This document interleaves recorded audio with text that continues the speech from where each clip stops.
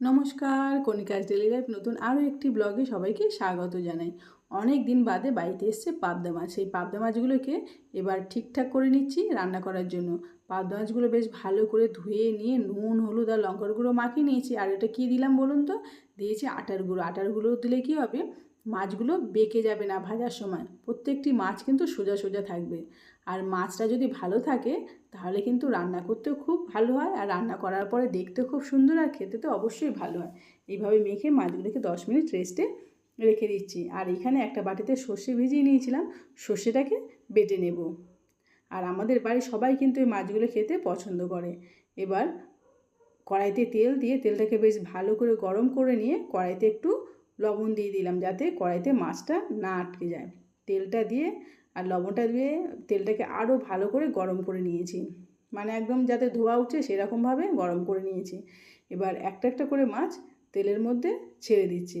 আর এই মাছ ভাজতে গেলে কিন্তু খুবই কষ্ট, কারণ এই মাছ ভাজলেই তেল ছিটকোয়, কারণ এই মাছের গায়ে আঁশ নেই বলে সেজন্য খুব তেল ছিটকোতে থাকে। এই মাছ ভাজতে গেলে খুবই ভয় লাগে আমার।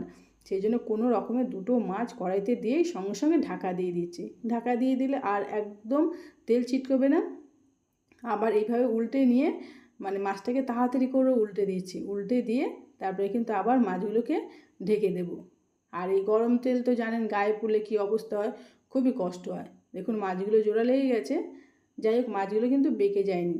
এবার মাছগুলোকে একটু বেশি ভাজবো না, একটু লাল লাল হলেই মাছগুলোকে তুলে নিচ্ছি। এইভাবেই সমস্ত মাছগুলোকে ভেজে তুলে নেব।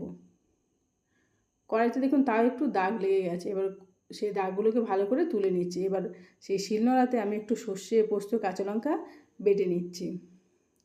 আর সর্ষে পোস্ত দিয়ে এটা রান্না করলে খেতে কিন্তু দারুণ হয়।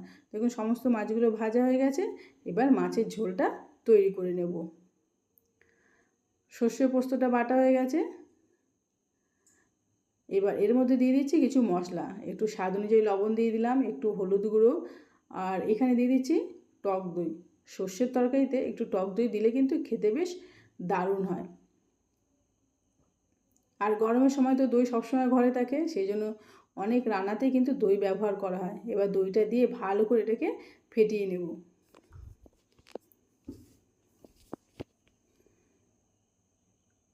যাই হোক, সর্ষের সঙ্গে দইটা ভালো করে ফেটানো হয়ে গেছে। এটা কিন্তু আর কড়াইতে দিলে ফেটে যাবে না।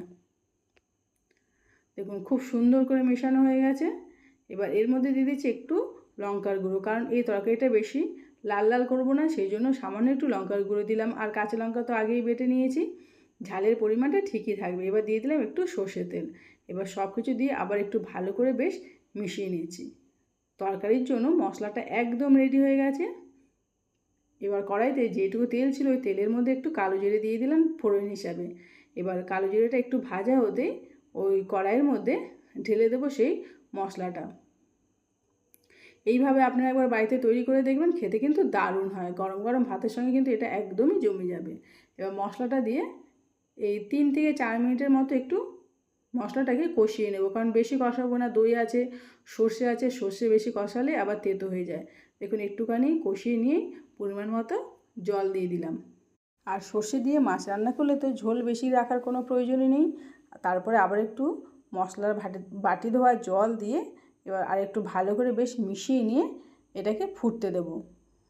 আর ঝোলটা তাড়াতাড়ি ফুটে ওঠার জন্য ঢাকা দিয়ে দেবো, কারণ এইভাবে ঢাকা দিয়ে রান্না করলে গ্যাসের কিন্তু অনেকটা সাশ্রয় হয়। আপনারা কিন্তু অবশ্যই এইভাবে সবসময় তরকারি ঢাকা দিয়ে রান্না করবেন, দেখবেন অনেকটা কিন্তু গ্যাসের সাশ্রয় হবে মাসে। দেখুন ঝোলটা ফুটে উঠেছে। এবার এর মধ্যে একে একে ভেজে রাখা মাছগুলো দিয়ে দিচ্ছি। ছোটোবেলায় শুনতাম যে মা সবসময় ঢাকা দিয়ে রান্না করছে, তখন মাকে জিজ্ঞেস করলে বলতো যে মা এরকম ঢাকা দিয়ে রান্না করলে অনেকটা কিন্তু গ্যাস বেঁচে যায়। সত্যি তাই, এখন আমরা সংসার চালাচ্ছি, আমরা বুঝতে পারছি যে মায়েদের কথা ঠিকই। এইভাবে ঢাকা দিয়ে রান্না করলে কিন্তু অনেকটা গ্যাস সাশ্রয় হয়, তার ফলে পয়সাও কিন্তু অনেকটা কম অপচয় হয়। দেখুন মাছগুলো দিয়ে দিলাম। এবার একটু লবণের কম ছিল, সেজন্য একটু লবণ দিয়ে দিলাম। লবণ দিয়ে মাছগুলোকে আরেকটু ফুটিয়ে নিচ্ছি। এবার ওপর থেকে দিয়ে দিলাম কয়েকটা কাঁচা লঙ্কা চেরা। আর আমাদের তো সবসময় খেয়াল রাখতে হবে কীভাবে সংসারটাকে সুন্দরভাবে চালানো যায়। দেখুন এবার শেষে দিয়ে দিলাম একটু সর্ষের তেল। আর সর্ষের তরকারিতে নামানোর আগে একটু সর্ষের তেল দিলে খেতে কিন্তু আরও টেস্টি হয়। দেখুন এটা রেডি হয়ে গেল। আর রান্নাঘরের অবস্থা দেখুন, চারিদিকে সব কিছু ছড়িয়ে ছিটিয়ে আছে। এদিকে রান্না হচ্ছে, রান্না হতে হতে এদিকেও আবার গুছিয়ে নেবো। তো বিকেল হতে আমি আর মেয়ে বেরিয়ে পড়লাম হাঁটতে। আর মেয়ে তাড়াতাড়ি হেঁটে চলে যাচ্ছে, বলছে না আমাকে ভিডিও করবে না, আমি আগে আগে যাচ্ছি। তারপরে দেখুন রাস্তা দিয়ে যেতে যেতে কত সুন্দর একটা কুকুর দেখতে পেলাম। এর বয়স কিন্তু অনেকটা হয়েছে, এর বয়স প্রায় 13 বছর হয়েছে। এর সঙ্গে যে ভদ্রমহিলা ছিলেন ওনাকে জিজ্ঞেস করলাম, বলছে যে এর 13 বছর বয়স হয়েছে। আর কুকুরটাকে দেখে বোঝাও যাচ্ছিল। আর একজন দেখুন এই যে কত সুন্দরভাবে একদম ডিজাইন করে বসে আছে, দেখতে কত ভালো লাগছে। রাস্তা দিয়ে আমরা যখনই বিকেলবেলা হাঁটতে যাই এই সব জিনিস দেখতে কিন্তু আমাদের খুবই ভালো লাগে। তারপরে আমি আর মেয়ে চলে গেলাম আইসক্রিম কিনতে। এত গরম পড়েছে, আইসক্রিম তো খেতে খুবই ভালো লাগবে। একটা আইসক্রিমের বার কিনে নেওয়া হয়েছে।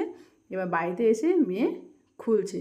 আর মেয়ের তো খুবই খুশি হয়েছে আইসক্রিম দেখে। আর মেয়ে যতটা না খুশি হয়েছে তার থেকে মনে হয় আমি বেশি খুশি হয়েছি যে গরমে আইসক্রিম খেতে পাবো সেই আনন্দে। এবার আইসক্রিমটা খুবই শক্ত ছিল, মেয়ে চামচ দিয়ে কেটে কেটে বাটিতে নিচ্ছে। ও বলছে আমি আগে টেস্ট করি তারপরে তোমাকে দেবো। আমি বললাম ঠিক আছে, তুই আগে খেয়ে দেখ কেমন খেতে হয়। তারপর ও খুব কষ্ট করে আইসক্রিমটাকে চামচ থেকে তুলছে, চামচ দিয়ে তুলছে, কারণ খুবই শক্ত ছিল। এই দেখুন আস্তে আস্তে টুকটুক করে চামচের বাটির মধ্যে ভরে নিল আইসক্রিম। প্রথমে নিয়েই আমাকে বলছে মা তুমি একটু টেস্ট করো। আমি বললাম না, তুই আগে টেস্ট কর খেতে কেমন, তারপরে আমি খাবো। এই যে দেখুন ও কিন্তু খুব খুশি হয়েছে। আর ও খুশি হয়েছে মানে আমিও খুশি, কারণ সন্তানরা যদি সুখে থাকে, খুশিতে থাকে, তাহলে কিন্তু বাবা মারা সত্যি খুবই আনন্দ পায়। আজকে ব্লগটা এখানেই শেষ করলাম। সবাই ভালো থাকবেন, সুস্থ থাকবেন।